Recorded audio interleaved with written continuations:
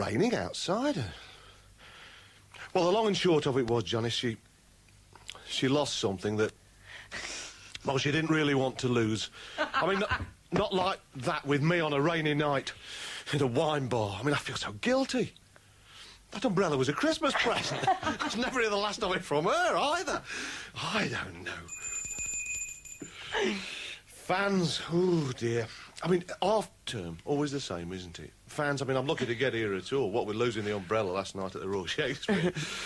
Ah, dear, half term, I come in, same as you, and they're all around you, aren't they, you know? I mean, you know what it's like, they surround me, and they sort of, oh, stop, who's on round table? Oh, quick, is Gary Davis in? Who are you? And you think, very much, it's lovely. Right, never mind fans, let's change the subject. Fans! Do you know I did my jazz gig Saturday? I was telling you that I'm going to be jazz gigging a pub. I mean, why not mention it? As it happens, 2 fans, genuine fans of mine, 'cause they came last time and they came, hello, this time, you know, and very nice. Other fans were there who'd heard me on the radio. They didn't really know me, but they grabbed me and said, you're on that Janice Long programme, aren't you? You know, I said, well, actually, yes, I'm. They said, come on, is it true? Is it true? I said, look, I know no more than you do. People kept asking me. Read the papers, is it true? But don't tell me any more now, because this is my little spot. Perhaps next week we'll all have a little something interesting to say. We'll see. Anyway, my 2 fans, you see, I mean, they turned up there and sort of stood at the front and waved. The trouble is, I'd been to a wedding earlier in the day. Like, you know, champagne and jolly, you know, you think, that's all right, I don't drive, it doesn't matter to me, you know. Get there on the train, you know, the evening went on, plenty of reverse button Fosters all over the place, wee pints all round. By 11 o'clock, things are getting a little bit hazy, you know, and they said, well, you know, it's a bit late for you, can we give you a lift to Victoria? Oh, real fans, you know, give me a lift down to the station. Who are they? That's what I want to know. I remember him saying as I got in the car, by the way, this is just, I can't, you know what I mean? Oh, it's I think it's something like Giles and Cressida. It's something like, you know, sort of middle classy. I'm sure of that. I can see him being a computer man. You know what I mean? Computers, old Giles there, and Cressida, I can imagine. I won't be able to hear you Tuesday because, yeah, it's my ceramics class, you know. And it's a little piece I brought along. You can't put anything in it. It's not meant to be a sort of useful ceramics class. It's, you know, but it's a sort of ceramic that, do you want to hold it? Look at it in the light. It says, you know, yes to life. And if you just turn it in the light a little... Oh dear. Oh. Or no to life. Anyway, Giles and Cressida, if you're listening, I know you're not Giles and Cressida, do drop me a line sometime, at least because then I can tell you, you know, when the next gig is. Actually, the trouble is I don't remember telling them that. I said, November the 10th, perhaps see you again, you know, you'll be here. They said, actually, we won't be here. November the 10th, we've got a party at something in Binkies or somewhere. Oh. I thought, well, there you go. Then I suddenly thought, hang on, you know Chris Lycett, obviously you know Chris Lycett, one of our producers and so on, you know Chris very well, his missus, they live North London. They said, we'll come see you play in the pub. Never showed. Said he went to sleep in front of the telly. When he woke up, it was too late. Can't happen. Can't happen to anybody. Let's face it. Trouble is, the pianist who runs the band, I just turn up and play the trumpet, pianist. He says, next time, by the way, the 10th, don't worry, somebody else will be here. I won't be here. He won't be here. So I thought, that's all right, I can push the piano around on my own. I'll sort it out with the landlady. I looked round, the landlady wasn't there this time either. I'll see what's going to happen. At the next gig, I'll turn up at this pub and sort of... Hello? Anybody there? I know you're there, I can hear you giggling. OK, I'm going to start anyway. Here's a good old one from way back. It's called, Oh Mama, Cakewalk That Coffee Grinder, 'cause there's another mule in your stall blues. 1, 2, 1, 2, 3, 4. Worries you, you know, really, doesn't it? I mean, that's 2 items we've had about fans, so let's change everything round. Hang on, I'll move Cressida's ceramic. I'm sorry about that, Cressida. But it looks good as it is. Lovely, I think it's very revolutionary, really. Very. That brings me on to the next lot of fans, because, talk about a change. I had a couple of letters putting me right about 1984 that I mentioned a couple of weeks ago. I've been to see I must be one of the only people now who's seen the early version of the film with none of the Eurythmics in it. Apparently the Eurythmics are prancing around in it now. But anyway, so I can't recommend it for sure. But, I mean, I saw it without the Eurythmics. But anyway, so these couple of letters put me right about a couple of things. So they think. For a start, there's one from Jackie, I assume it's a girl, lady, some description in Coventry, and she says, on pink note paper, she says, Dear Janice, they write to you when they complain about me. Well, they write to me. She says, the basis of George Orwell's book, 1984, was not based, well, she means the basis is based, they can't speak English. Anyway, not based on a prediction for the future. I didn't actually say, I don't think I said that, it was what it was, but still, there we go, carry on anyway. Basically, there's another base here. Basically, it was his way of expressing the depression he felt because he was dying of cancer. So he was hardly going to write a happy book, was he? Well, it doesn't mean that because somebody knows that he's got a terminal illness, he's going to necessarily write a book like 1984, and B, he wasn't dying of cancer anyway. No. I mean, he died of tuberculosis, but, I mean, it was a totally different business. But then, of course, longer and more serious letter comes from Ivan, whether it's an assumed name, I'm not quite Comrade. sure. Yes, Comradely Ivan from Bristol. He's not really comradely to me, he was all right with you. He says, starts off, this is the first sentence. I've never really liked John Walters.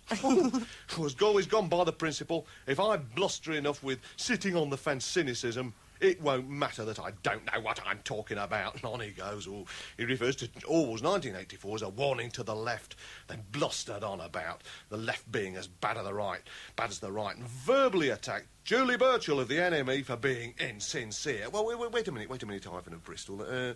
That's not quite right. I know what you mean. You're quite entitled to say I bluster on a little bit and I don't take one side or the other, but I'm not supposed to take one side or the other. I mean, I'm not really a disc jockey, but we sort of Radio 1 persons, we're not supposed to suddenly say I am, like, against the miners or for the miners. We're not supposed to get really too involved in that, but you get fringe events. I can't help that. That's the way it is, so it's nothing to do with that. But Ivan, later on the letter, turning the pages here, I mean, he doesn't deny, for instance, that Animal Farm was clearly about, like, Stalinism, the way the revolution and the pigs take over, they kick out the men and then become as bad as the men themselves.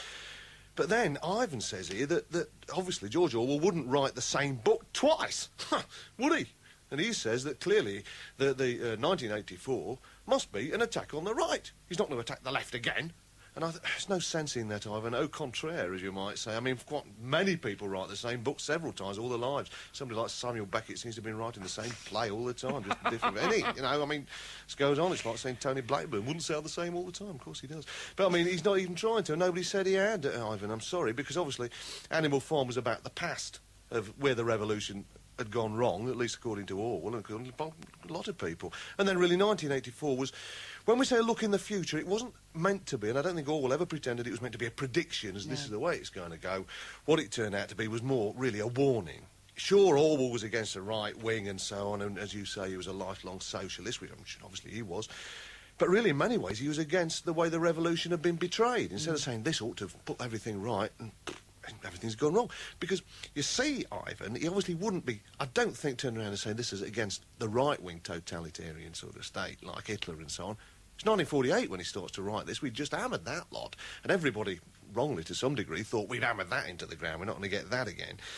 But instead of what we thought was going to happen, a lot of international friendship and folk dancing and all that sort of thing, wham! Iron Curtain comes down. Blimey, these are not all ceramics, right? One night blast, there it goes, you see. And so really, I mean, suddenly we were starting to find out that the suspicion was that under Stalin, people had also started to disappear and been tortured and died and so on. And people were just in the same way holding up 4 fingers and saying, how many fingers can you see? And you've got to say 5 or you get your legs broken, So it was a little bit different. Ivan goes on about a great many things. He manages to work in Afghanistan and all that sort of thing. And he says to me, can he answer? This is me. Can he answer this? He says, if I'm attacked on my way home by someone and in my annoyance at being attacked, I kill that person, am I as bad as my attacker?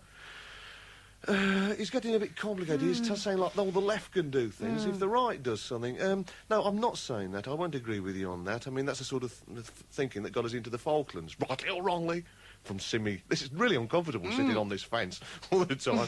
And then finally has a go and says about me having a go at Julie Birchall and saying that she's insincere. I don't know whether she's sincere or not. What I did say, because I checked my tape afterwards, that I thought occasionally she strikes a bit of a pose to get people at it. And when she said I said wrongly in New Musical Express, in fact I think Julie said in The Face, she said, in Russia they're all perfectly free to travel about, they just don't want to leave because they're so happy. We know that, even the Russians don't pretend that you can just go in and out of Russia as you wish. We know that. So Ivan, let's not be quite too silly about this. I'm sure you're a very sincere chap and so on, but I think Orwell was sort of expressing a fear just about general totalitarianism and bullying and the abolition of freedom and everything else, you know, and that's what is relevant to the film like 1984 today. I mean, while I'm in favour of sort of overthrowing the people who did what they did to Steve Biko, I don't see the solution is we get those people and do the same thing to them. You see, I mean, perhaps Ivan does, but I don't anyway. Oh, well, Ivan is now breaking up his radio in Bristol and putting Dettol on every bit. He's trying to find some way to hurt me. Anyway, Philip French in The Observer, I think, did say that 1984 film, he says, it's a film of power and integrity. So those of you who are interested in seeing what George Orwell did say, it's you know, pretty good film for that sort of thing. And Ivan, finally, something Orwell did say in I think, Road to Wigan Pier. He pointed out, he said, the trouble is with socialism is often like the same with Christianity. It's the people who believe in it that put you off. Yeah. More if you're not careful. Yeah, exactly. Hello. Hello. No, well, you laugh. You're not supposed to say hello. I don't know why you're supposed to laugh. I went, almost finally, I went to the theatre. I went to see that Rowan Atkinson thing. Oh, that my nerd. theatre. Yeah, the nerd. There were people like opening the programme, more or less, you know, you could see, because this Rowan Atkinson attracts these sort of people, you know, that sort of, they all sit there, the lights go down and they're having a look. See his name in it, you know. The curtain goes up, there was a great stage, you know, big sort of, you know, recreation of a big American sort of kitchen thing, you know. Bloke, he's got his back to the audience and he's doing a salad. People round me started to go...